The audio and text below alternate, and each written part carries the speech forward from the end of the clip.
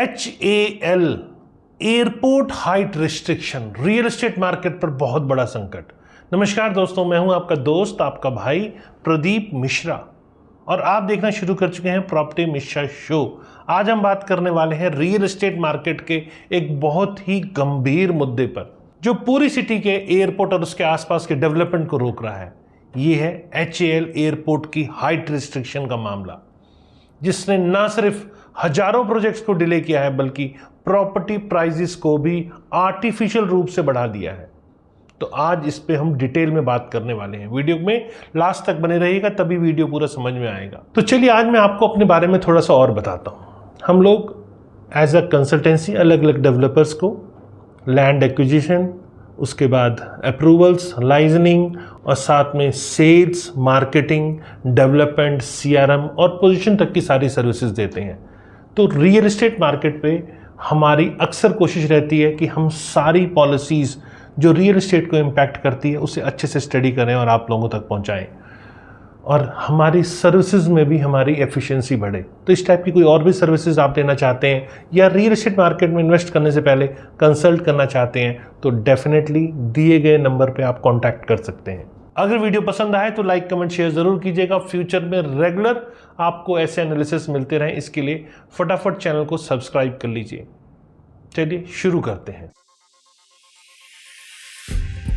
नमस्कार, मैं हूं प्रदीप मिश्रा। प्रॉपर्टी मिश्रा शो में आपका स्वागत है। यहां हम आपको प्रॉपर्टी और प्रॉपर्टी मार्केट की हकीकत बताते हैं। नो बकवास, डायरेक्ट काम की बात। चलिए शुरू करते हैं। तो चलिए सबसे पहले समस्या की शुरुआत समझते हैं। ये समस्या है बेंगलुरु में स्थित हिंदुस्तान एरोनॉटिक्स लिमिटेड यानी HAL का पुराना एयरपोर्ट। शहर के बीचों बीच है ये डिफेंस एयरपोर्ट है, और इसके चारों ओर 20 किलोमीटर के रेडियस में बिल्डिंग हाइट पर रिस्ट्रिक्शन लगे हुए हैं।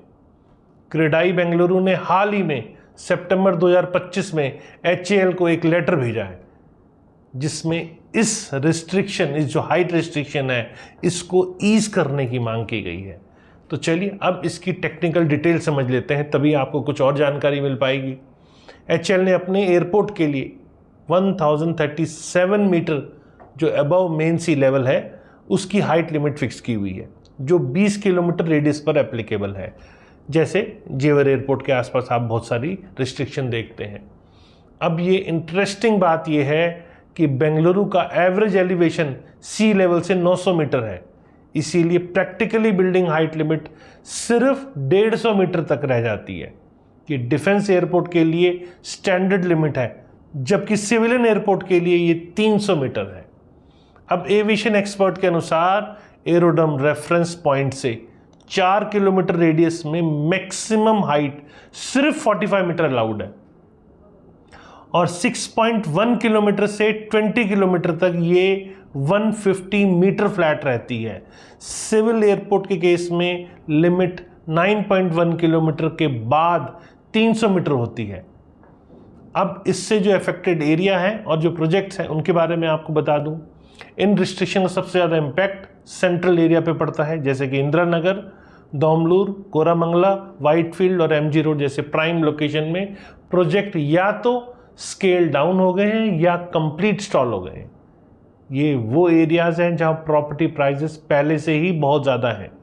इंदिरा नगर में आज भी 1 BHK का रेंट 40 से 60 हज़ार रुपये तक है, और 2 BHK 70 से 1,20,000 तक है। प्रॉपर्टी प्राइजेस में भी ये 18,400 रुपीज़ पर स्क्वायर फीट तक पहुंच गई है। प्रॉपर्टी प्राइजेस के अंदाज में देखें तो कुछ प्रोजेक्ट्स में ये 18,400 रुपीज़ पर स्क्वायर फीट तक पहुंच गई है। ये आर्टिफिशियली स्कैसिटी की वजह से नज़र आती है। अब डिलेड प्रोजेक्ट का डाटा भी समझते हैं। क्रेडाई के अनुसार HAL के रिस्ट्रिक्शन की वजह से लगभग 1300 प्रोजेक्ट डिले हुए हैं। ये फिगर बहुत शॉकिंग है। सेंट्रल एरिया में लैंड लॉक्ड हो गई है क्योंकि डेवलपर वर्टिकल ग्रोथ नहीं कर पा रहे हैं।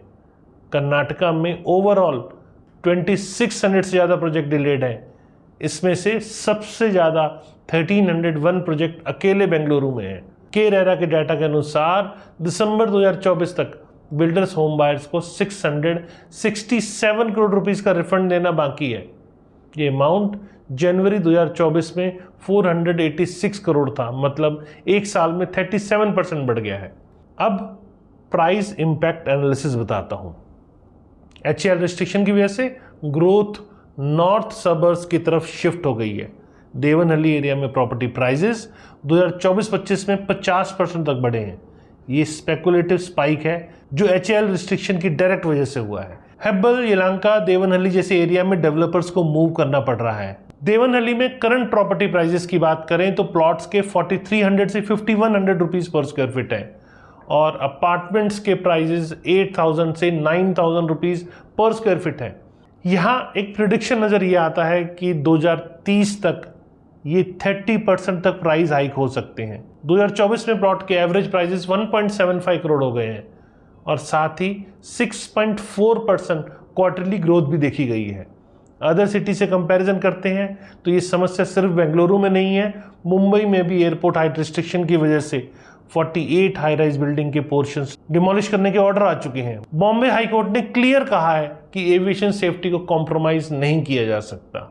लेकिन इंटरेस्टिंग बात यह है कि HAL के दूसरे यूनिट्स जो नासिक, हैदराबाद और कोरापुट में है, वे सेंट्रल गवर्नमेंट रूल फॉलो करते हैं बिना एडिशनल रिस्ट्रिक्शंस के। ये अनफेयर लगता है कहीं ना कहीं बेंगलुरु के साथ। अब इसके हिस्टोरिकल कॉन्टेक्स्ट की बात करें तो ये प्रॉब्लम नई नहीं है, 2013 से ही ये इशू चल रहा है।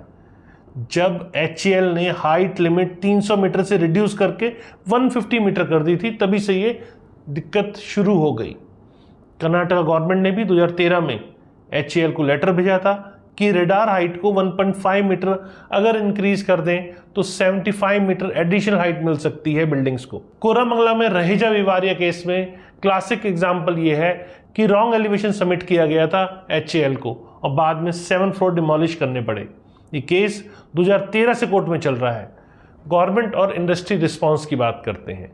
Central aviation minister Ram Mohan Naidu ने हाल ही में कहा है कि गवर्नमेंट एक इंटरनेशनल स्टडी करवाने जा रही है ICAO एक्सपर्ट्स के साथ, ताकि एविएशन सेफ्टी और रियल एस्टेट डेवलपमेंट के बीच बैलेंस बनाया जा सके। ये एक पॉजिटिव स्टेप नज़र आता है। क्रेडाई मुंबई ने भी डिमांड की है कि एक बार NOC मिल जाए तो उसकी वैलिडिटी पीरियड एक्सपायर होने पर भी हाइट क्लियरेंस चेंज नहीं होनी चाहिए। ये प्रैक्टिकल डिमांड नज़र आती है क्योंकि प्रोजेक्ट कंप्लीट करने में कई बार डिले के केस में कुछ समय बढ़ भी जाता है, तो उसमें अगर हाइट बाद में रिड्यूस कर दी जाए तो वो प्रोजेक्ट बीच में ख़राब हो जाता है, ना इधर का रहता है ना उधर का रहता है। अब इसके मार्केट इम्पैक्ट और फ्यूचर आउटलुक की बात करें तो इन रिस्ट्रिक्शन की वजह से बेंगलुरु का नेचुरल ग्रोथ ट्रेजेक्टरी इफेक्ट हो रहा है। कोर एरिया में आर्टिफिशियल स्कैसिटी क्रिएट हो जाती है और पेरिफेरल एरिया में कहीं ना कहीं वो इन्फ्लेट हो रहे हैं। ये हेल्दी अर्बन डेवलपमेंट के साथ मैच नहीं खाता, कहीं हद तक उसके अगेंस्ट नज़र आता है।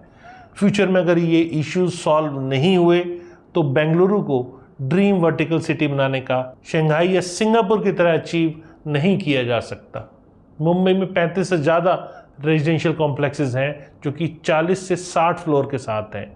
अब इसको इन्वेस्टमेंट प्रोस्पेक्टिव से देखें तो इन्वेस्टर्स के लिए सिचुएशन मिक्स्ड है, क्योंकि सेंट्रल बेंगलुरु में प्रॉपर्टीज़ की डिमांड हाई रहेगी क्योंकि स्कैसिटी है वहाँ, लेकिन सप्लाई कंस्टेंट की वजह से प्राइजेस आर्टिफिशियली हाई हैं।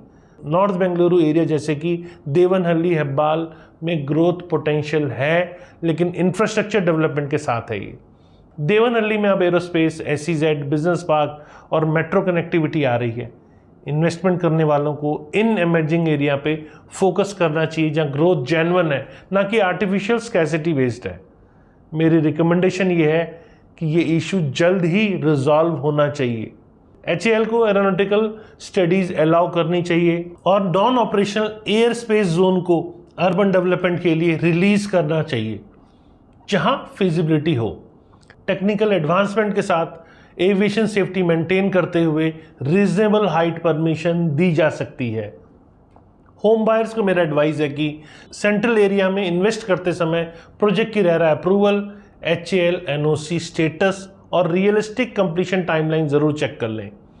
डिलेड प्रोजेक्ट में इन्वेस्टमेंट रिस्की है जब तक कंप्लीट क्लैरिटी आपको ना हो। तो दोस्तों, HAL हाइट रिस्ट्रिक्शन का ये मामला बेंगलुरु रियल एस्टेट के लिए एक मेजर चैलेंज है। 1300 delayed project, 667 crore pending refunds और आर्टिफिशियल प्राइस सर्ज, ये सब एक सिंगल इशू की वजह से है। गवर्नमेंट को इंटरनेशनल बेस्ट प्रैक्टिसेस अडॉप्ट करने का सॉल्यूशन निकालना होगा ताकि एविएशन सेफ्टी भी मेंटेन रहे और अर्बन डेवलपमेंट भी रुके नहीं। ये आज का वीडियो अगर आपको हेल्पफुल लगा तो लाइक करना बिल्कुल ना भूलें और चैनल में अगर आप पहली बार आए हैं तो फटाफट सब्सक्राइब कर लीजिए, क्योंकि यही एक चैनल है जहां प्रॉपर्टी रिलेटेड मैक्रो और माइक्रो एनालिसिस आपको हर बड़ी इंपॉर्टेंट खबर का जो आपकी इन्वेस्टमेंट से रिलेटेड है उसका मिलता है। और अगर आप चाहते हैं कि आपके मिलने जुलने वालों का भी फायदा हो तो फटाफट इसको शेयर भी कीजिए। नमस्कार और जय हिंद।